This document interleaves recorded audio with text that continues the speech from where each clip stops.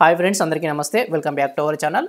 Friends, మనకు Indian institute of chemical టెక్నాలజీలో MTS అదేవిధంగా జూనియర్ స్టెనోగ్రాఫర్ ఉద్యోగాల భర్తీకి నోటిఫికేషన్ అనేది విడుదల కావడం జరిగింది.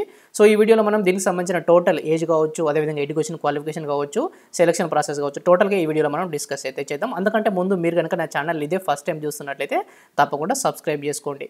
సో ఈ సిఎస్ఐఆర్ ఐఐసిటి అనేది మనకు హైదరాబాద్ కేంద్రంగా పనిచేస్తున్న కేంద్ర ప్రభుత్వ సంస్థ.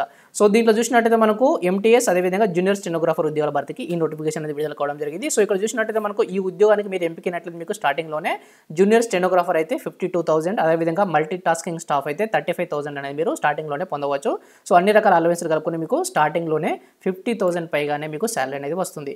సో ఇక్కడ చూసినట్లయితే ఈ ఉద్యోగాలకు అప్లై చేయడానికి మీకు లాస్ట్ డేట్ వచ్చేసి సెప్టెంబర్ 12 వరకు మీరు అప్లై అయితే చేసుకోవచ్చు. సో అదేవిధంగా ఏజ్కి సంబంధించిన డీటెయిల్స్ ఇక్కడ చూసినట్లయితే అప్పర్ ఏజ్ లిమిట్ వచ్చేసి జూనియర్ స్టెనోగ్రాఫర్ గాను 27 ఇయర్స్, అదేవిధంగా ఎస్సీ ఎస్టీలకు 5 ఇయర్స్, అదేవిధంగా ఓబీసీ క్యాండిడేట్స్కి 3 ఇయర్స్ ఏజ్ రిలాక్సేషన్ కూడా దీంట్లో ఉంటుంది. అదేవిధంగా ఎంటీఎస్కి సంబంధించి కూడా చూసినట్లయితే 25 ఇయర్స్ అనేది ఏజ్ లిమిట్, అదేవిధంగా ఎస్సీ ఎస్టీలకు 5 ఇయర్స్, ఓబీసీ క్యాండిడేట్స్కి 3 ఇయర్స్ ఏజ్ రిలాక్సేషన్ అనేది ఉంటుంది. అదేవిధంగా ఫిజికల్ హ్యాండిక్యాప్డ్ వాళ్ళకు కూడా 10 ఇయర్స్ ఈ జూనియర్ స్టెనోగ్రాఫర్ కావచ్చు, అదేవిధంగా ఎంటీఎస్కి 2 రకాల ఉద్యోగాలకు 10 ఇయర్స్ ఏజ్ రిలాక్సేషన్ అనేది ఫిజికల్లీ హ్యాండిక్యాప్డ్ వాళ్ళకు ఉంటుంది. సో ఏజ్ లిమిట్ అనేది చూసుకొని మీరు అప్లై అయితే చేసుకోండి. సో నెక్స్ట్ చూసినట్లయితే ఎడ్యుకేషనల్ క్వాలిఫికేషన్కి సంబంధించిన డీటెయిల్స్ కనుక చూసినట్లయితే జూనియర్ స్టెనోగ్రాఫర్కి 10+2 ఇంటర్మీడియట్తో పాటు స్టెనోగ్రఫీలో 80 వర్డ్స్ పర్ మినిట్ అనేది మీకు ఖచ్చితంగా ఉండాలి. English are Hindi A language అయినా పర్వాలేదు. సో 80 వర్డ్స్ పర్ మినిట్ అనేది మీకు స్టెనోగ్రఫీ స్పీడ్ అనేది తప్పకుండా ఉండాలి 10+2తో పాటు ఇది. సో నెక్స్ట్ వచ్చేసి ఎంటీఎస్ కనుక చూసినట్లయితే మీకు 10th క్లాస్ ఉంటే సరిపోతుంది. అదేవిధంగా డిజైరబుల్ క్వాలిఫికేషన్ అని ఇచ్చారు. సో ఈ డిజైరబుల్ క్వాలిఫికేషన్ అనేది మ్యాండేటరీ కాదు. సో 10th తర్వాత ఇంటర్మీడియట్ ఉన్నా కూడా పర్వాలేదు, కేవలం 10th క్లాస్ ఉన్నా కూడా మీరు ఈ ఉద్యోగానికి అనేది అప్లై చేసుకోవచ్చు. అదేవిధంగా ఇక్కడ ఎంటీఎస్కి సంబంధించిన జాబ్ ప్రొఫైల్ ఏ విధంగా ఉంటుంది కూడా మనకు నోటిఫికేషన్లోనే క్లియర్గా మెన్షన్ చేశారు. ఒకవేళ మీకు ఆఫీస్ మెయింటెనెన్స్లో కనుక ఎంటీఎస్ ఉద్యోగం కనుక మీకు వస్తే సో మీరు ఆఫీస్ని మెయింటైన్ చేయడము, అదేవిధంగా ఆఫీస్ను క్లోజ్ చేయడము, ఓపెన్ చేయడము, అదేవిధంగా పోస్ట్ ఆఫీస్లో మీరు పోస్ట్ చేయడము, అదేవిధంగా ఫైల్స్ క్యారీ చేయడము, అదేవిధంగా ఫోటోగ్రాఫ్స్ అంటించడము, అదేవిధంగా మీ సుపీరియర్ ఏ వర్క్ చెప్తారో ఆ వర్క్ మొత్తం టోటల్గా కూడా మీరు ఆఫీస్లో చేయాల్సి ఉంటుంది. అదేవిధంగా హాస్పిటాలిటీ సర్వీస్. సో ఒకవేళ మీరు గెస్ట్ హౌస్లో కనుక మీకు ఎంటీఎస్ ఉద్యోగం కనుక వస్తే సో గెస్ట్ హౌస్లో కూడా సేమ్ వర్క్ మెయింటెనెన్స్కి సంబంధించిన వర్క్స్ అనేది మీరు చేయాల్సి ఉంటుంది. అదేవిధంగా హార్టికల్చర్లో ఎంటీఎస్ కనుక మీకు వచ్చినట్లయితే ఇక్కడ కూడా మీరు గార్డెనింగ్ వర్క్ అనేది చేయాల్సి ఉంటుంది. సో ఎంటీఎస్కి సంబంధించి చాలామందికి అవగాహన లేదు కాబట్టి క్లియర్గా మనకి ఇక్కడ జాబ్ ప్రొఫైల్ కూడా మెన్షన్ అయితే చేశారు. సో నెక్స్ట్ చూసినట్లయితే దీనికి సంబంధించి ఏజ్ లిమిట్ మనం ఆల్రెడీ డిస్కస్ చేసాము. 27 జూనియర్ స్టెనోగ్రాఫర్కి, అదేవిధంగా ఎంటీఎస్ ఉద్యోగానికి 25 ఇయర్స్ అనేది ఏజ్ లిమిట్, ఎస్సీ ఎస్టీలకు 5 ఇయర్స్, అదేవిధంగా ఓబీసీ వాళ్ళకు 3 ఇయర్స్ ఏజ్ రిలాక్సేషన్ అనేది ఉంది.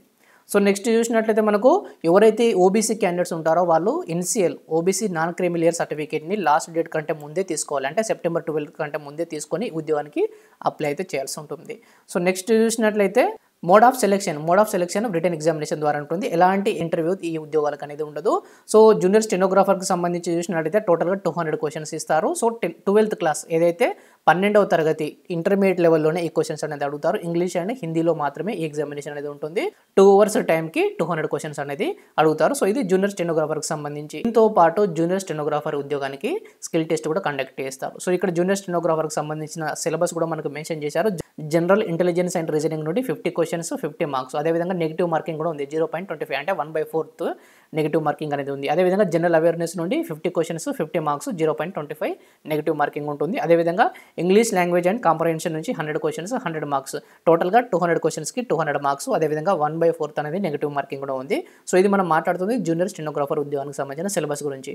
సో ఈ ఎగ్జామినేషన్ కండక్ట్ చేసిన తర్వాత స్కిల్ టెస్ట్ అనేది కండక్ట్ చేస్తారు. ఏదైతే స్టెనోగ్రాఫర్ ఉద్యోగాలకు సంబంధించి ఆ స్కిల్ టెస్ట్ అనేది కండక్ట్ చేస్తారు. సో నెక్స్ట్ ఎంటీఎస్కి సంబంధించి చూసినట్లయితే టోటల్గా మనకు 150 క్వశ్చన్స్ 2 గంటల సమయానికి కానీ మనకి ఇస్తారు.